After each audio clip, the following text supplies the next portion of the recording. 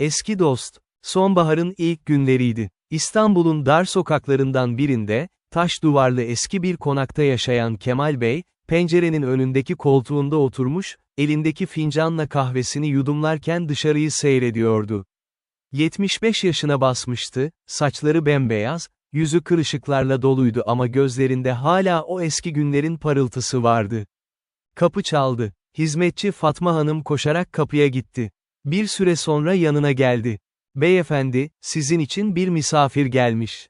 Ahmet Bey diye birisi. Eskiden tanıdığınızı söylüyor." Kemal Bey'in kalbi hızla atmaya başladı.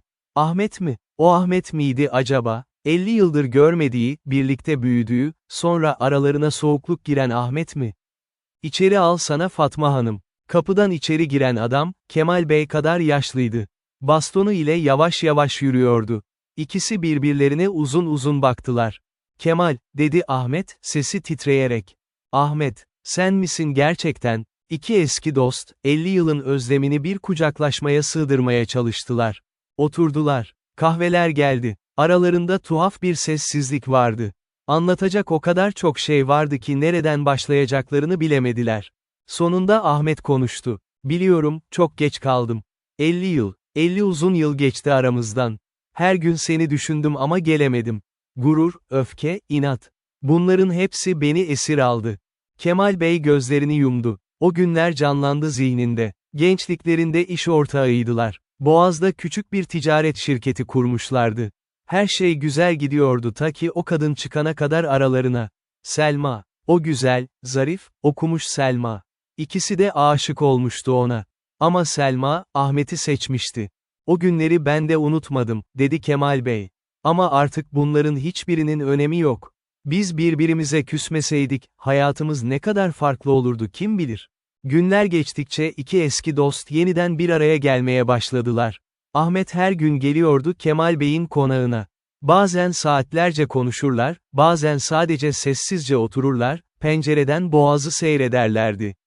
Bir gün Ahmet, eski günlerden bahsederken, "Selma'yı kaybettim," dedi. 20 yıl önce öldü. Kanserdi. Son günlerinde hep senden bahsediyordu. "Kemal'e haksızlık ettik," derdi. "O bizim en iyi dostumuzdu ve biz onu kaybettik." Kemal Bey'in gözleri doldu. "Ben de hiç evlenmedim," dedi. "Evlenmeye niyetim vardı ama içimdeki o acı hiç geçmedi. Yalnızca iş peşinde koştum, para kazandım ama hiç mutlu olamadım. Belki de sana ve Selma'ya kızgınlığım beni mahvetti. Hepimiz hata yaptık Kemal. Ama şimdi buradayız işte. Belki de Tanrı bize bir şans daha veriyor. Kalan günlerimizi, eski günlerdeki gibi, kardeş gibi geçirelim." İki yaşlı adam, sonbaharın en güzel günlerini birlikte yaşadılar. Her sabah Ahmet gelir, kahvaltılarını birlikte ederlerdi. Öğleden sonra ya bahçede otururlar ya da sahil boyunca yavaş yavaş yürüyüşe çıkarlardı. Kemal Bey, Ahmet'e eski defterlerini gösterdi. Gençliklerinde birlikte tuttukları iş defterleriydi bunlar. Ahmet, Kemal'in yıllar boyunca biriktirdiği fotoğraflara baktı. Orada üçü birlikte çekilmiş fotoğraflar vardı. Selma ortada, iki yanında Kemal ve Ahmet gülümsüyordu. "Ne kadar gençtik," dedi Ahmet, bir fotoğrafı eline alarak. "Ne kadar umutlu, ne kadar hayat doluydu." "Evet," dedi Kemal. "Ama şimdi de güzel. En azından huzurluyum. Sen buradayken, sanki o eski günlere dönmüş gibiyim." Kış yaklaşıyordu. Hava soğumuştu. Ahmet bir gün gelmedi. Ertesi gün de gelmedi. Kemal Bey endişelendi. Üçüncü gün Ahmet'in oğlu geldi. "Babam hastalandı Kemal amca. Hastaneye kaldırdık. Sizi çok soruyor. Gücünüz yeterse yanına gelebilir misiniz?" Kemal Bey hemen hazırlandı. Hastaneye gittiklerinde Ahmet'i yatakta buldular. Zayıflamış, solgun görünüyordu ama Kemal'i görünce gözleri parladı. "Kemal, geldin." "Tabii geldim. Sen olmadan buralarda ne işim var?" Ahmet gülümsedi. "Bu son buluşmamız olacak galiba." "Saçmalama. Sen iyileşeceksin, yine birlikte gezecek." "Hayır Kemal, biliyorum. Vücudum artık bitkin. Ama şunu bilmeni istiyorum. Bu son birkaç ay, hayatımın en mutlu günleriydi. Seninle barıştığım, eski günlere döndüğümüz için çok mutluyum." Kemal Bey gözyaşlarını tutamadı. "Ben de öyle Ahmet. Sen benim tek gerçek dostumsun. Sen olmasaydın." Ahmet, Kemal'in elini sıktı.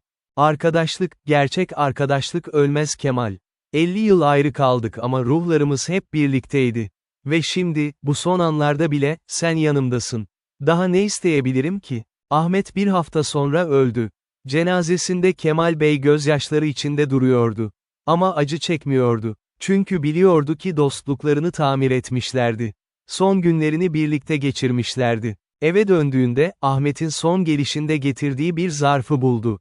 İçinde bir mektup vardı. Sevgili Kemal, bu satırları yazarken belki de artık aramızda değilim. Ama bilmeni istiyorum ki, seninle geçirdiğim bu son günler, benim için her şeydi.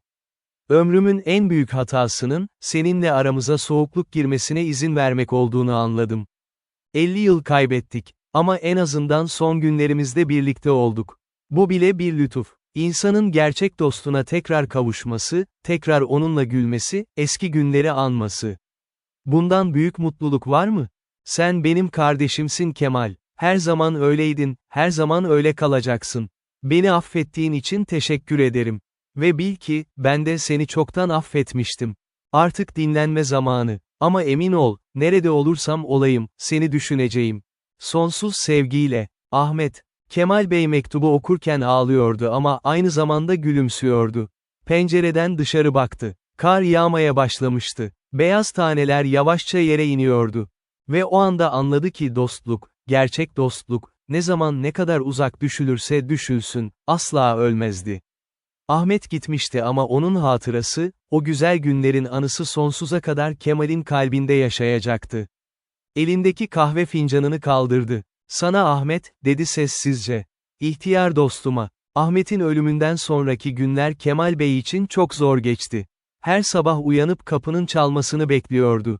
Ama kapı artık çalmıyordu. Kahvaltı sofrası bomboştu. Pencere önündeki iki koltuktan biri artık boştu. Fatma Hanım endişeleniyordu. Kemal Bey eskisi gibi yemek yemiyor, eskisi gibi konuşmuyordu. Sadece pencerenin önünde oturuyor, dışarı bakıyordu. Beyefendi, biraz dışarı çıksanız iyi olur, dedi bir gün. Bu kadar evde oturmak sağlığınıza iyi gelmez. Kemal Bey başını salladı. Fatma Hanım, Ahmetsiz dışarı çıkmanın ne anlamı var, onunla her köşede anılarım var. Her adımda onu hatırlıyorum. Belki de hatırlamak kötü bir şey değildir beyefendi. Belki de o anılarla yaşamak, onun size bıraktığı en güzel armağandır. Kemal Bey Fatma Hanım'ın sözlerini düşündü. Belki de haklıydı. Belki de acı çekmek yerine, o güzel günleri anımsamalıydı. Bir hafta sonra Ahmet'in oğlu Orhan geldi. Yanında bir kutu vardı. Kemal amca, babam bu kutuyu size bıraktı. Zamanı gelince Kemal'e ver, demişti. Kemal Bey kutuyu açtı. İçinde eski fotoğraflar, mektuplar ve defterler vardı. Bunlar yıllar önce, küstükleri zaman Ahmet'in almış olduğu ortaklık belgeleriydi, fotoğraflarıydı. Ahmet bunları yıllarca saklamıştı. Bir de not vardı. Kemal, bu eşyaları hiçbir zaman atmadım. Çünkü seni hiçbir zaman kalbimden atmadım. Umarım bunlar sana da güzel anılar getirir. Kemal Bey gözyaşlarını tutamadı. Orhan yanına oturdu. Kemal amca, babam son günlerinde çok mutluydu. Sizinle barıştığı için, eski dostuna kavuştuğu için. Bunu hep anlatırdı. Hayatımın en büyük hatası Kemal'den uzak durmaktı, derdi. Ama Tanrı bana son bir şans daha verdi. Senin baban çok iyi bir adamdı Orhan. Ben ona kırıldım ama o hiçbir zaman bana kin gütmedi. Kemal amca, babam bana bir şey daha söyledi. Orhan, dedi, Kemal amcaya iyi bak. O artık aileden biri. Sana kardeş gibi olsun. Benim yerime sen ona bak. Kemal Bey şaşırdı. Orhan devam etti. Siz yalnızsınız Kemal amca. Benim size ihtiyacım var, sizin de bana. Babam böyle istedi. Lütfen bana izin verin, onun hatırasını birlikte yaşatalım. Orhan sözünü tuttu. Her hafta geldi Kemal Bey'i ziyaret etmeye. Bazen küçük torunu Emre'yi de getiriyordu. 5 yaşındaki Emre, Kemal Bey'e, Kemal dede, diye hitap ediyordu. Bir gün küçük Emre sordu. Kemal dede, neden fotoğraflarda hep üzgün görünüyorsun? Kemal Bey gülümsedi. Çünkü yavrum, uzun yıllar en iyi dostumdan uzak kaldım. Ama sonra yine buluştuk. Ve o buluşma bana, dostluğun ne kadar değerli olduğunu hatırlattı. Babamın babası mı? Evet, senin dedenle ben çocukluğumuzdan beri arkadaştık. Sonra kavga ettik, birbirimizden uzak kaldık. Ama yaşlılığımızda yine bir araya geldik. Emre düşündü. Ben arkadaşlarımla kavga edersem de böyle olur mu? Umarım olmaz yavrum. Dostluğa çok iyi bakmalısın. Çünkü gerçek dostlar hayatta bulunacak en değerli hazinelerdir. Orhan bir gün heyecanlı geldi. Kemal amca, bir fikrim var. Babamın ve sizin hikayenizi yazmak istiyorum. Bir kitap. Belki bu hikaye başkalarına da ders olur. İnsanlar anlasın ki, dostluğu kaybetmek ne kadar kolay, ama yeniden bulmak ne kadar değerli. Kemal Bey önce tereddüt etti. Sonra düşündü. Belki de Orhan haklıydı. Belki de onların hikayesi başkalarına ilham verebilirdi. Peki, dedi. Ama bunu birlikte yapalım. Ben sana her şeyi anlatayım. Sen de yaz. Ve böylece başladılar. Her hafta Kemal Bey anılarını anlatıyor, Orhan da not alıyordu. Gençlik günleri, ortaklık yılları, Selma'nın aralarına girişi, küslük dönemi ve nihayet o muhteşem buluşma. Kitap üzerinde çalışırken Kemal Bey, Ahmet'in bıraktığı kutuda bir şey daha buldu. Bir deste mektup. Bunlar Ahmet'in yıllar boyunca yazdığı ama hiç göndermediği mektuplardı. Hepsi Kemal'e yazılmıştı. İlk mektup 1975 tarihini taşıyordu, küstüklerinden bir yıl sonra. Sevgili Kemal, bugün seni çok özledim. Çarşıda gezerken eski dükkanımızın önünden geçtim. Hala orada, ama artık başkasına ait. İçeri girmek istedim ama giremedim. Çok acı verici olurdu. Sana haksızlık ettim mi bilmiyorum. Belki Selma'yı sevmemeliydim. Belki seninle konuşmalıydım. Ama işler öyle gelişti ki. Her şey kontrolden çıktı. Umarım mutlusundur. Umarım beni affedersin. Bir başka mektup 1988 tarihini taşıyordu. Kemal, 13 yıl oldu. 13 yıl seni görmedim. Bugün kalbim çok sıkıştı. Doktora gittim, kalp krizi geçirebilirsiniz, dedi. Ve ben düşündüm, ya ölürsem? Ya seninle barışmadan ölürsem? Ama gurur. Bu lanet olası gurur beni tutsak ediyor. Sana nasıl gideceğim? Ne diyeceğim? Beni affeder misin? Kemal Bey her mektubu okudukça ağlıyordu. Ahmet de tıpkı onun gibi acı çekmiş, tıpkı onun gibi özlem duymuştu. İkisi de çok gururlu, çok inatçıydılar. Ve bu gurur onların 50 yılını çalmıştı. Aylar geçti. İlkbahar geldi. Kitap tamamlandı. Orhan bir gün elinde bir paket geldi. Kemal amca, işte kitabımız. Kemal Bey kitabı eline aldı. Kapakta eski bir fotoğraf vardı. Genç Kemal, genç Ahmet ve aralarında Selma. Üçü de gülümsüyordu. Kitabın adı, İhtiyar Dostlar, Bir Dostluğun Hikayesi. Çok güzel olmuş Orhan. Baban görseydi çok sevinirdi. O görüyor Kemal amca. Eminim görüyor. Kitabın lansmanı yapıldı. Çok kişi geldi. Kemal Bey konuştu. Bu kitap, kaybedilen zamanların hikayesidir. Ama aynı zamanda umut hikayesidir. Çünkü dostluk asla ölmez. 50 yıl sonra bile, iki dost yeniden bir araya gelebilir. Ve o buluşma, kaybedilen tüm yılları telafi edebilir. Ahmet'e çok şey borçluyum. O bana hayatın en önemli dersini verdi. Gurur, öfke, inat.